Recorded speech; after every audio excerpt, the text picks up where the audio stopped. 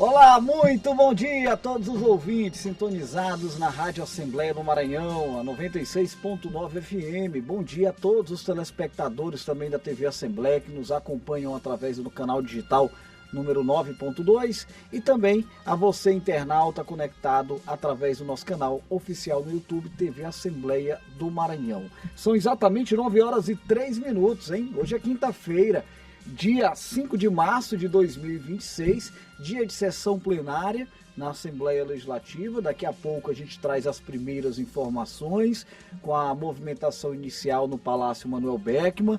Vamos trazer também a partir das 9 horas e 30 minutos na TV Assembleia a transmissão na íntegra de toda a movimentação da sessão plenária e por meio da Rádio Assembleia vamos trazendo aquela conexão que você já conhece com a cobertura de todas as atividades, inclusive com a participação dos deputados e deputadas na tribuna, também o momento da ordem do dia, tá bom? Isso a partir das 9 horas e 30 minutos. Daqui a pouco eu trago informações sobre aquilo que foi debatido pelos deputados e deputadas ao longo da sessão plenária de ontem. Hoje eu também vou entrevistar a Andréia Cerqueira, que é meteorologista. Ela é integrante do Núcleo Geoambiental da Universidade Estadual do Maranhão. Vamos falar sobre a forte incidência de chuvas em algumas regiões do estado, em especial na região metropolitana de São Luís, né? Essa semana começou com tudo, chuva muito forte na segunda-feira, na terça-feira. Ontem o tempo estava um pouco mais aberto, né? Hoje já voltamos aí com um clima mais fechado na nossa capital maranhense, na Grande Ilha, enfim. E já já a gente recebe a Andréia Cerqueira, meteorologista, para falar sobre esse assunto. Além, claro, trazendo sempre a previsão do tempo, com o trânsito ao vivo e uma agenda voltada para o fortalecimento de ações do governo do estado do Maranhão na região tocantina, mais precisamente lá na cidade de Imperatriz. Além disso, vou trazer uma agenda também entre os deputados e deputadas com representantes da Federação da Indústria e Comércio do Estado do Maranhão, a FIEMA. Ontem foi uma movimentação voltada para o fortalecimento do setor industrial e a presidente Iracema Vale, juntamente com vários deputados e deputadas, esteve presente lá na sede da FIEMA, com o presidente da entidade, inclusive. E a gente vai trazer todos os detalhes, tá bom? São 9 horas e 5 minutos. Sejam todos muito bem-vindos. Eu sou o Ronald II, falo direto do Complexo de Comunicação da Assembleia Legislativa. Que seja uma manhã de muitas atividades em defesa do povo do Maranhão. E nós estamos por aqui para fortalecer esse vínculo entre a população do Estado e a Assembleia Legislativa. Eu vou começar o Diário da Manhã desta quinta-feira chamando ao vivo, direto do plenário, o deputado Najib Aikel, a repórter Milena Dutra. Observa um plenário com uma certa movimentação já e a Milena tem os detalhes para a gente sobre as expectativas. Milena, bom dia, é com você. Olá, muito bom dia, Ronald. Bom dia a todos que acompanham, que ouvem o Diário da Manhã e acompanham também pela TV Assembleia. Nós já estamos aqui a postos. Daqui a pouquinho a última sessão plenária, a sessão ordinária desta semana. A gente vai acompanhar os trabalhos dos deputados. Ontem eles se reuniram, a gente traz o resumo dos destaques da sessão de ontem. Subiram à tribuna com vários pronunciamentos, destacaram seus trabalhos, aprovaram matérias importantes. E hoje a última sessão plenária da semana. Lembrando que elas acontecem de terça a quinta-feira e a gente já está aqui no ponto para acompanhar o trabalho dos nossos deputados estaduais, os representantes do povo aqui na Casa do Povo, aqui na Assembleia Legislativa. E como eu sempre ressalto, 1h, nosso telejornal, né, Ronald, pela TV Assembleia, a gente traz os principais destaques dos trabalhos dos parlamentares estaduais aqui na Assembleia Legislativa do Maranhão. Já convido você, ouvinte, internauta, telespectador, a acompanhar com total transparência em tempo real os pronunciamentos dos deputados estaduais, os trabalhos no plenário nesta quinta-feira, dia 5 de março. É isso, eu volto com você, Ronald. Muito obrigado, Milena. Quem acompanha o Diário da Manhã pelas imagens observou já a presença de alguns parlamentares por ali, né? Significa que nós teremos dentro de alguns minutos, regimentalmente, a partir das 9 horas e 30 minutos, a sessão plenária desta quinta-feira. Mais uma vez, obrigado a Milena Dutra, toda a nossa equipe, uma ótima manhã de trabalho para a turma boa lá da TV Assembleia, da Rádio Assembleia do Maranhão, do site e das redes sociais que seguem apurando a notícia para levar à população maranhense. Por falar em trabalho no plenário, ontem nós tivemos uma sessão plenária com alguns pronunciamentos. Durante o pequeno expediente, vários temas foram debatidos e a gente traz um resumo do que foi discutido. A deputada doutora Helena do Ailib falou sobre participação em missa na Igreja Santo Antônio, em São Luís, celebrada pelo arcebispo da capital, Dom Gilberto Pastana. A celebração foi presidida pelo nosso arcebispo, Dom Gilberto Pastana, com o auxílio do diácono Rogério Napoleão, e reuniu fiéis, agentes pastorais, representantes de diversas dioceses do nosso estado. Esteve presente também o nosso colega deputado Adelmo Soares. É importante destacar que a Pastoral da Sobriedade nasceu a partir de um gesto concreto da campanha da Fraternidade 2001, que teve como tema Fraternidade e as Drogas, e o lema Vida Sim, Drogas Não. Ou seja, surgiu como resposta da Igreja Católica a uma realidade dolorosa que atinge tantas famílias brasileiras. O deputado Catuller Júnior destacou a importância de mais investimentos para a reforma da MA 034. O deputado Leandro Belo tratou do caso de trabalhadores maranhenses que viajaram para Santa Catarina em busca de oportunidade de emprego e lá sofreram maus tratos e supostas situações análogas à escravidão. O deputado Telino Neto ele fez críticas ao governo do estado na gestão de obras em escolas estaduais no município de Açailândia. O deputado Wellington do Curso destacou a participação em audiência pública que tratou da reforma do Mercado Central.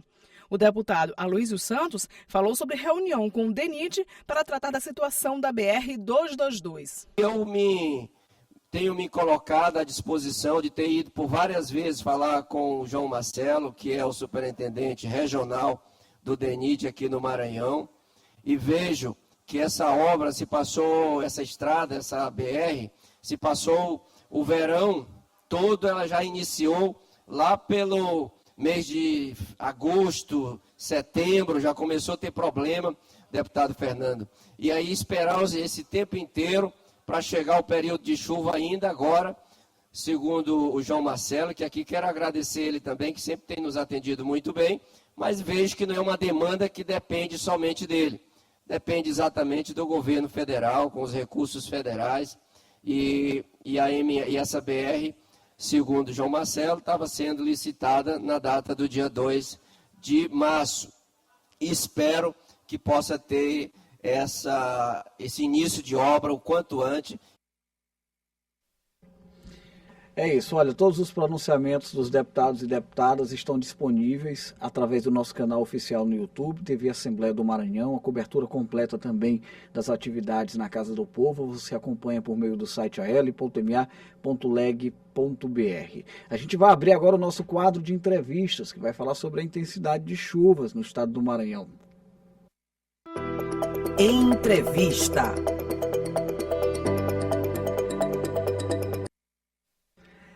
Olha só, gente, são 9 horas e 11 minutos. Estamos tendo a satisfação aqui de receber a professora Andréa Cerqueira, meteorologista, integrante do Núcleo Geoambiental da Universidade Estadual do Maranhão, com vasta experiência nessa área. Nós vamos falar aqui sobre esse período chuvoso no nosso estado, especialmente na região metropolitana de São Luís. Professor, de segunda-feira para cá, muita gente sendo pego de surpresa, mas para quem não estava acompanhando a previsão do tempo, quem estava sabia que vinha chuva por aí. Eu começo desejando para a senhora desde já um ótimo dia e perguntando, está dentro do esperado esse volume de chuvas no estado? Bom dia a todos. Na verdade, essas chuvas que estão ocorrendo agora, principalmente aqui no setor, digamos assim, centro-norte, né, do Maranhão, o que inclui São Luís, né, toda a região metropolitana e áreas adjacentes, está com um volume de chuva em torno da média, um pouquinho abaixo, e a gente dá uma margem em torno da média. O problema todo foi a distribuição da chuva, que foi irregular, né, para o período chuvoso. A gente considera fevereiro como sendo o primeiro mês chuvoso da quadra chuvosa, sim, que é fevereiro, março, abril e maio, né? Então, esse mês de fevereiro começou bastante irregular, com vários dias de sol, né? Sem chuva, isso já dentro do período chuvoso, é o que a gente chama de veranicos, né? Veranicos, né? Então, e até 27, 28 de fevereiro, nós estávamos com um volume de chuva bem abaixo da média, em torno de 40%. Mas de 27 a 28 e 1º de março, né, abriram-se as portas do céu. Então, assim, foi mais uma questão de distribuição. Exatamente.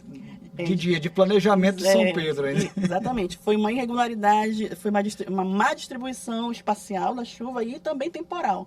Né? Ela se concentrou, nós conseguimos chegar próximo da média, né? Mas somente, praticamente no dia 28 de Professora, fevereiro. é possível dizer que ao longo dos anos, esse período chuvoso, ele está sofrendo algum tipo de modificação dentro daquele momento inicial ao momento final? A gente costuma ver os mais velhos dizendo, olha, esse período do ano lá atrás já estava chovendo muito. Sim, exatamente. Esse comportamento climático, de fato, ele está acontecendo? De forma sutil, mas está acontecendo. Por exemplo, se nós formos nos reportarmos há uns 20 anos atrás, por exemplo, né, olhando dados meteorológicos, dados climáticos, né, medidos, e observação do início de chuvas, meados de dezembro, já a partir do dia 15, aí a gente já passava o Natal, o Ano Novo, já com, né, com aquelas chuvinhas, mesmo que, né, digamos assim, poucas chuvas, mas já estava começando, né, dando início, pontapé inicial para o período chuvoso, que a gente chama de pré-estação chuvosa. Nesses últimos anos, 10, 15 anos, isso vem mudando, realmente. É como se o início, até dessa pré-estação chuvosa, aqui para o norte do estado, ela tenha sofrido um atraso. Né? Então, e muitas vezes, a gente vem observando que vinha se concentrando muito no mês de janeiro. Sim. Começando já pela segunda quinzena de janeiro, tendo muito volume de chuva, chegava o mês de fevereiro, dava uma estagnada, março também não estava conseguindo chegar muito na média, nem abril, que diga-se de passagem, março e abril são os meses mais chuvosos da região. Março e abril, normalmente. Exatamente, isso dentro da climatologia, né? E essa irregularidade vem acontecendo, a gente vem observando, né, isso, né, nós lá do Serviço de Meteorologia, né, a gente tem observado esse, digamos assim, um atraso, essa irregularidade, mas esse ano foi um pouquinho mais diferente, já não foi, janeiro não choveu, não ficou dentro da média. É verdade, verdade. Ficou bem abaixo da média. É por isso que, como eu falei agora há pouco, alguns dizem, olha, tá demorando muito chover esse ano, né? Os mais velhos eles acabam dizendo. Então, assim, há uma expectativa de fato que março seja, provavelmente com abril, esse período de maior intensidade de chuvas no estado do Maranhão? Sim, sim. Nós trabalhamos com ciclos, né? Então, o clima, né, digamos assim, o clima global como um todo, ele funciona através de ciclos. Então, por exemplo, eu estou falando aqui de 15, 10 anos, ele se comporta de uma forma, sim, né? Mas nos próximos 10 ou 15 anos ele pode se comportar de outra forma. Existem vários fenômenos climáticos, né, que funcionam como reguladores, moduladores de chuvas em vários pontos do globo, inclusive a gente aqui na região tropical, né? E a gente vem enfrentando isso. Um desses pontos reguladores ou variabilidade que a gente chama climática é um grande fenômeno que acontece lá no Oceano Pacífico, né? Que a gente chama de El Niño Oscilação Sul, que uma hora ele é El Niño, uma hora é Laninha, né? Esse fenômeno, ele é uma anomalia na temperatura da superfície da água, lá do Oceano Pacífico, que é a maior bacia oceânica do globo, né? E essa diminuição de temperatura lá na superfície ou aumento, ele modifica a interação da lâmina de água com a atmosfera. E isso quebra circulações globais. E por isso que altera padrões de chuva, que geralmente era de um jeito em um lugar, né, modifica para outro, por exemplo, atraso de chuvas ou adiantamento de períodos de chuvas, altas temperaturas, baixas temperaturas. Aqui a gente não pode reclamar de baixas temperaturas, né, porque aqui nós estamos na região equatorial, sim, então aqui vai ser sempre quente. Se tiver alguma amplitude, vai ser bem pouca mesmo. Então, com relação à temperatura, a gente não tem que se preocupar muito, mas é com chuva. E a senhora menciona o fenômeno El Niño, aí eu me lembro das minhas aulas de geografia, né? Quero mandar até um abraço para o meu querido professor Berredo, que foi meu professor de geografia no ensino médio. E aí a senhora também menciona Laninha. Né? Quais as características que diferenciam esses dois fenômenos, hein, professor? Esses dois fenômenos, El Niño e Laninha, eles são vertentes de um fenômeno grande, que é chamado El Niño Oscilação Sul, sendo que o fenômeno El Niño, ele é o aquecimento, né, anormal, né, da água superficial da bacia equatorial do Pacífico. É só na parte equatorial mesmo, né? Sim. Que começa lá na costa do Peru e vai se expandindo para toda a bacia equatorial do Pacífico e vai até regiões da Indonésia, né? Então é um aquecimento anômalo dessas águas. Então até a região da Indonésia também sofre impacto. Também, na verdade, todo o globo, porque quando há esse aquecimento, aí vai depender muito da intensidade do fenômeno, ele mexe muito ou não. Já o Laninha, a gente diz que é o contrário, né? Mas só que tem suas nuances, né? O Laninha, ele é o resfriamento anormal dessas águas. Dessa mesma região de bacia das águas no Pacífico Equatorial, é o resfriamento. Então, quando você tem um equilíbrio ali, né, você tem uma normalidade, e isso acontece um desequilíbrio, altera, né? Como nós estamos falando de fluidos, água, ar, né? Eles interagem, formam nuvens ou não, né? Isso mexe com uma circulação que a gente tem na atmosfera muito grande, que é a chamada célula de Walker, que é uma circulação de ventos, né? Que circunda o globo todo. Inclusive nós aqui na região de São Luís, Maranhão, nós estamos sob a influência do encontro de ventos, dos ventos alísios, que a gente chama, né? Então, se você mexe esse conjunto, esse padrão, altera, a atmosfera é muito sensível, né, a essas trocas, né, principalmente com os oceanos. Então, quando ocorrem esses eventos, nós sofremos muito, né? Região Nordeste, por exemplo, quando a gente tem anos de El Niño forte, vamos dizer assim, moderado a forte, certo, a gente tem uma tendência com que o padrão de chuvas fique menor, né? Ou seja, as chuvas ficam mais baixas, né? Os volumes de chuva ficam menores, a gente tem até mesmo ocorrência de secas, tá? Temperaturas um pouco mais elevadas do que o normal, aquela sensação de abafamento um pouco maior, isso em anos de El Niño.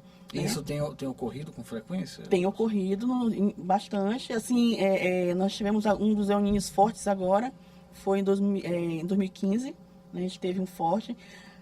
Estamos saindo agora de um evento de Laninha que, como eu vou falar agora, já é digamos assim, um efeito um pouco diferente, né, aqui para nossa região. Quando eu tenho a Laninha, que é o resfriamento das águas lá do Pacífico, a atmosfera modifica de uma forma que a formação de nuvens aqui para nossa região toda, ela é, digamos assim, alimentada, né, chama de termodinâmica da atmosfera, ela é mais ativa e aí a gente tem mais chuvas.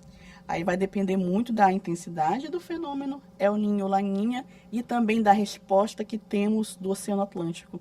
Porque apesar de termos um El Niño e Laninha lá no Pacífico, nós temos uma outra vertente aqui que modifica o nosso clima, o nosso padrão climático, perdão, que é o Oceano Atlântico, né? As águas deles também, do Atlântico tropical, se tiver quente ou fria além do normal, mesmo que ocorra o El Niño lá no Pacífico, quem dá ditas regras aqui, tá, é o Oceano Atlântico. Por exemplo, esse ano, nós estamos saindo de um fenômeno Laninha, tá?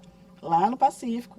Apesar de tem determinado momento que as águas do Pacífico não ficam geladas, fica mais quente? Sim, nos anos de El Niño, porque como assim? As águas do Pacífico equatorial. Sim. Lembrando que na região equatorial nós estamos sempre recebendo incidência de radiação direta, então é quente sempre, né? Esse El Niño e Laninha são alterações dessa temperatura na casa de 1, 2 até 5 graus, né?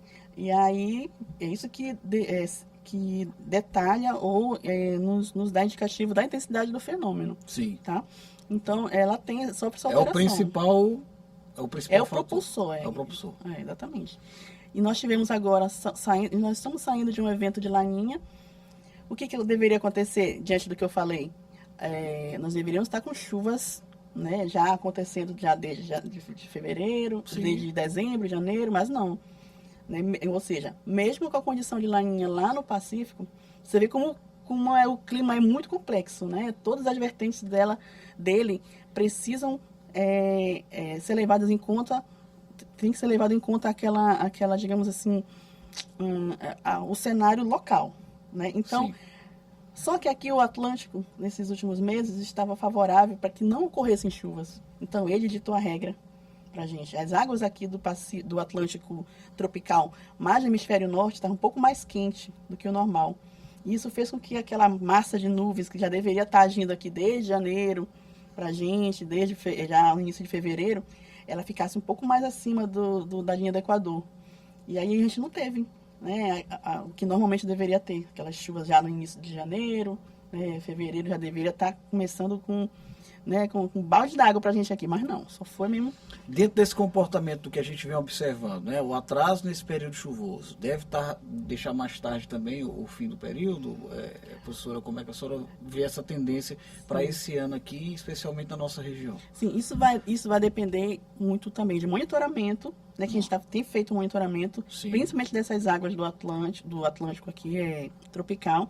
Ela deu um pouquinho mais, está entrando na normalidade, digamos assim. Sim. Então, isso vai fazer com que existe um fenômeno, né, meteorológico que ele circunda o globo inteiro, que é uma banda de nuvens carregadas. Nuvem carregada tem trovoada, tem gelo, né, tem muita precipitação, que é chuva.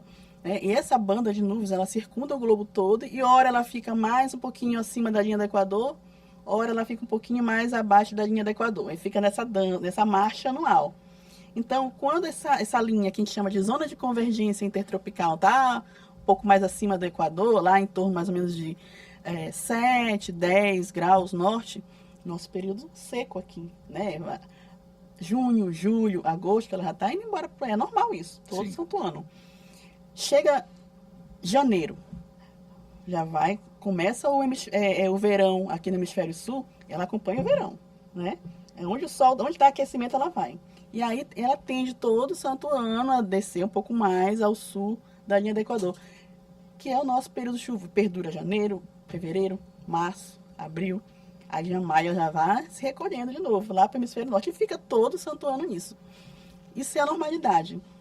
O que acontece é quando essas águas do Atlântico aqui estão mais quentes ou mais frias que o normal, modifica essa atividade mais intensa da zona de convergência intertropical, né? Até chove, mas não chove como esperado, né? Então, por isso que nós temos que ficar de olho tanto na análise climática como na análise do tempo, né? Que é um pouco diferente, né? A previsão do tempo e a previsão do clima. Muito bem. Olha, gente, eu estou conversando aqui com a professora Andréa Cerqueira, do Núcleo Geoambiental da Universidade Estadual do Maranhão, né? Professora, nós temos um núcleo muito bem equipado, né? Eu já tive algumas oportunidades de visitar vocês lá na Universidade Estadual do Maranhão e são investimentos que colocam o nosso núcleo em condições aí bem competitivas em outros núcleos por aí, né? Como é que a senhora avalia também? Sim, é verdade. Nós temos uma equipe muito boa, né, de meteorologistas, né, que já atuam fica registrado, é verdade. Já atua na área aqui no Maranhão há muitos anos, né, já para mais de 25 anos, né, e nesses últimos 3 anos, nós estamos tendo um diferencial, né, que nós estamos implantando um modelo de previsão do tempo próprio. Sim. Né? Por quê? Porque quando a gente fala modelo de previsão do tempo, o que quer dizer isso? Né? Muita gente pensa assim, pergunta, como é que vocês sabem que vai chover? Como é que você faz a previsão? O que é? Não é adivinhação, né? Tudo se envolve por meio de estatísticas, né? Aplicação de equações matemáticas, né? O que a gente faz? A gente pega aqueles dados meteorológicos que são medidos em campo, chuva, pressão, vento, temperatura. Pegamos esses dados iniciais e colocamos dentro de um modelo de previsão. O que é um modelo de previsão? São equações. Equações que já foram trabalhadas há anos e anos por cientistas, né? E que esses dados são colocados para essas equações fazerem essas estatísticas, sendo que hoje em dia nós temos computadores, né? Com uma capacidade muito alta de fazer inúmeros cálculos por período de tempo muito rápido. Muito rápido. Né? Por instantaneamente ali, né? Exatamente. Por isso que temos os supercomputadores, né? No CPTEC, que é o Centro de Previsão do Tempo, né? No Brasil. Tem também o INMET, Instituto Nacional de Meteorologia. E Agora lá na UEMA, né, no Núcleo Geoambiental, estamos, né, com o próprio, né, fazendo, agora estamos em processo de validação, ainda demora para a gente poder fazer. Então, o que quer dizer modelo próprio? Quer dizer o seguinte, quando eu tenho um modelo de previsão que eu uso do INMET ou de outro modelo global, ele me ajuda a fazer a previsão, mas ele olha de uma forma muito ampla. Ele olha o Brasil todo, por exemplo. Ele não vai especificar, me dá condições de vegetação do Maranhão, condições de relevo, condições, né, de vários outros fatores. E já o modelo regional local, não. Quando se vai fazer, calibrar esse modelo, né, fazer todos os seus ajustes, se coloca todas as condicionantes da região. É como se o modelo fosse dar um zoom aqui no Maranhão. Algo mais específico. E isso vai fazer com que a gente acerte um pouco mais a previsão do que usando modelos que têm uma visão um pouco mais global. E esse investimento, professora, nesse novo modelo, eu me interessei por isso que você está trazendo para a gente aqui. Esse investimento no novo modelo, ele deve gerar também um impacto positivo no monitoramento das queimadas ou não? Sim. Primeiramente, nós estamos focando em chuva. Certo. Calibrando ele, botando todas as parametrizações. Parametrizações são colocando todas as vertentes locais, né? Futuramente, sim, a gente pretende fazer, depois de já estar consolidado, né, o modelo de previsão de chuva, principalmente, né, chuva, temperatura. Aos poucos, nós estamos indo, né, caminhando para que futuramente nós possamos ter condições, né, de queimadas. Mas, com relação a queimadas, a gente tem uma vigilância muito boa com relação aos satélites meteorológicos, né, que eles fazem esse tipo de vigilância, né, para a gente. Muito bem. Eu quero agradecer a professora Andréa Cerqueira. Em nome da professora Andréa, eu agradeço todos os integrantes lá do Núcleo Geoambiental da Universidade Estadual do Maranhão, que são sempre muito receptivos com a gente, com a imprensa. Para quem não sabe, viu, ouvinte, telespectador, internauta, quando cai aquela primeira chuva torrencial do ano, lá no núcleo, fica lotado de jornalistas. Todo mundo querendo saber o que está chovendo. Ora, vai chover, meu amigo, não adianta, mas a gente vai explicar aqui para vocês. Então, obrigado, professora Andréa. Leve nosso abraço lá a todos os seus colegas de trabalho. Eu que agradeço o convite. Obrigada. Olha, e por falar em meteorologia, eu vou chamar aí a Paula Torres para trazer a previsão do tempo aí para as próximas horas nas regiões maranhenses. Paula, com você, bom dia.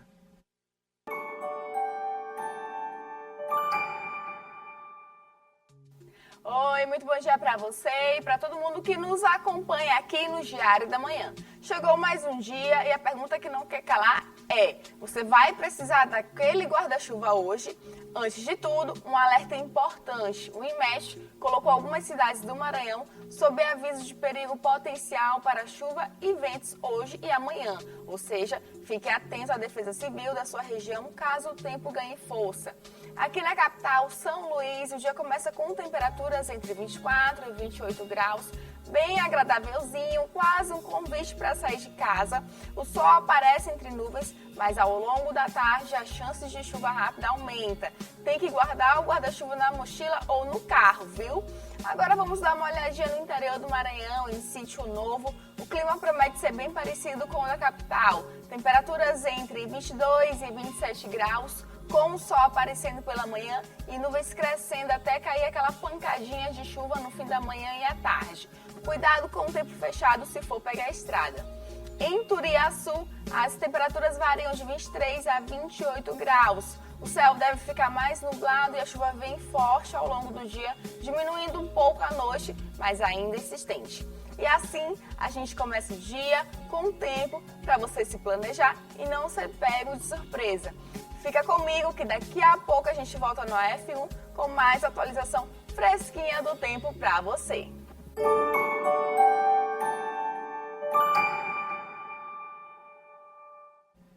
Obrigado, Paula. Muito obrigado pelas informações. Eu vou encerrando aqui a transmissão simultânea com a TV Assembleia. São exatamente 9 horas e 32 minutos. A qualquer momento, sessão plenária com transmissão na íntegra, ao vivo, pelo canal digital 9.2. Obrigado a todos os telespectadores pela audiência.